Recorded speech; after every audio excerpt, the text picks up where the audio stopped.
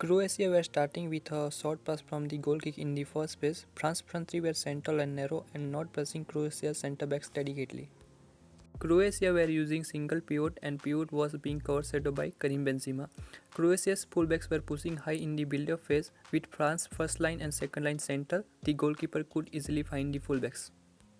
There was a lot of vertical depth between France's second line and first line, so fullbacks were able to receive the ball easily, and French midfield was also operating mostly central, so fullbacks could easily receive the ball between the lines without any pressure.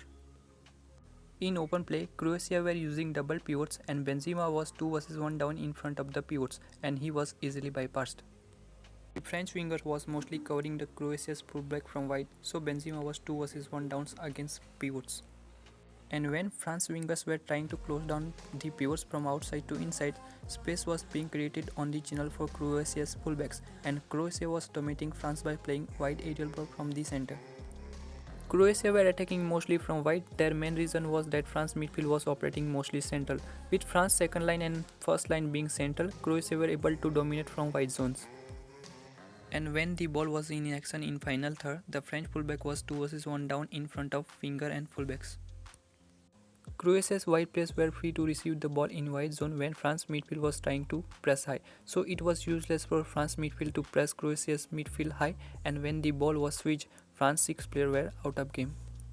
France's midfield was mostly central, so Croatia were making 2 versus 1 or 1 versus 1 situation in wide zones in front of fullbacks. A short time later, Croatia changed the strategy. Pivot Brozovic drifting wide from the center and he was playing as a wide back, and Kovacic was moving into the wide zone. So in this way, Croatia were playing by making a wide triangle and the ball was rotating smoothly. The two French players were in wide zone and they were 3 versus 1 down, and Croatia were rotating the ball smoothly. Kovacic was drifting wide, so the fullbacks had a license to push high and Croatia had an extra man in the attack. With the fullback pushing high, Croatia were attacking with front 4 and France were defending 4 versus 4 in the final third. In open play, France were building the game in traditionally back 4 and using single pivot.